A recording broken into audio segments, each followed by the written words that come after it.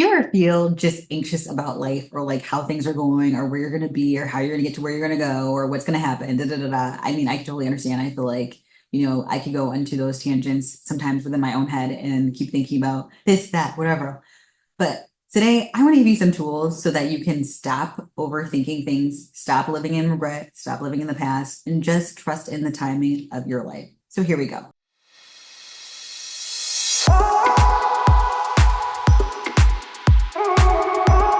Hi, welcome to the Ripple Effect of You podcast. I'm your host, Ashley Williams. I like to just talk about different channel messages or things that I'm getting from the creator on this show and different themes that I want to talk about. So today we're going to talk about how to trust in the timing of your life.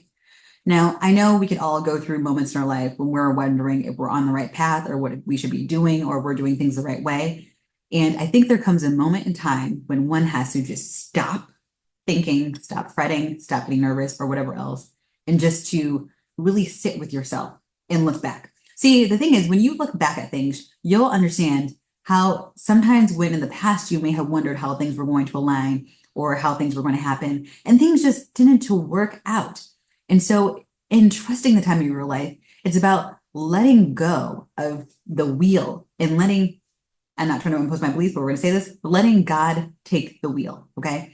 Because you have no idea of how what you're doing today is going to affect where you're going tomorrow.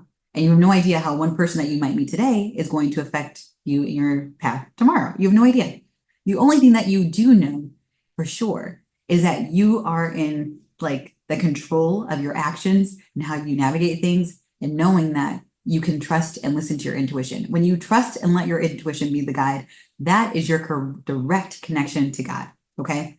And God always wants to impart with us different things that can really help us along our journey, different ideas, different perspectives. If only we learn to push ourselves aside and to trust, which is hard because in the world today, everybody in the world tends to live around this mantra of you have to be in control.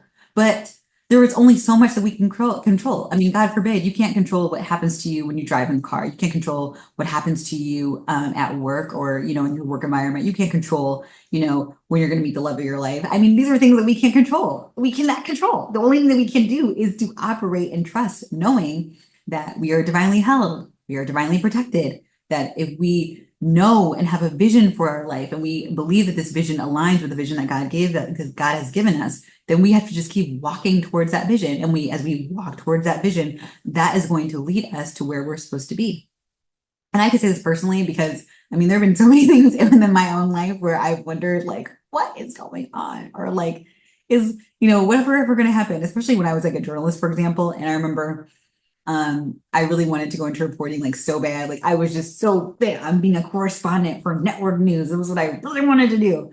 And so and then I ended up working for network news, and I was like a producer in training for network news, which was fun because I definitely learned a lot of different things. And at a certain point, I was like, okay, well, I really want to be a reporter now. And um, unfortunately, at that time where I was, there were any opportunities for me to advance in that way. I had to go back to local news.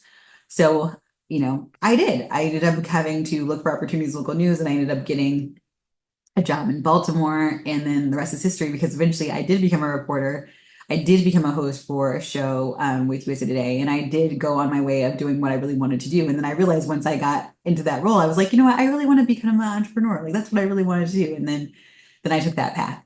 But all of the things that I learned in the process of getting on that journey were so important for me as to where I am now. I learned so much about dealing with people, dealing with, I want to say even like kind of managing people or just understanding how people work, understanding media more, shareable content more, et cetera. All these things were to direct my path. And so it helped me to really understand that there is a timing to things. Everything has a timing. And if you can trust in the timing of where you are now versus where you want to be, and that everything will unfold as it will, because there are things today that you need to be doing that are preparing you for what it is that that you really want tomorrow, that you're supposed to do tomorrow. And I'm going to repeat that again. There are things today that you're supposed to be doing that are preparing you for what you want and where you're going to be going tomorrow.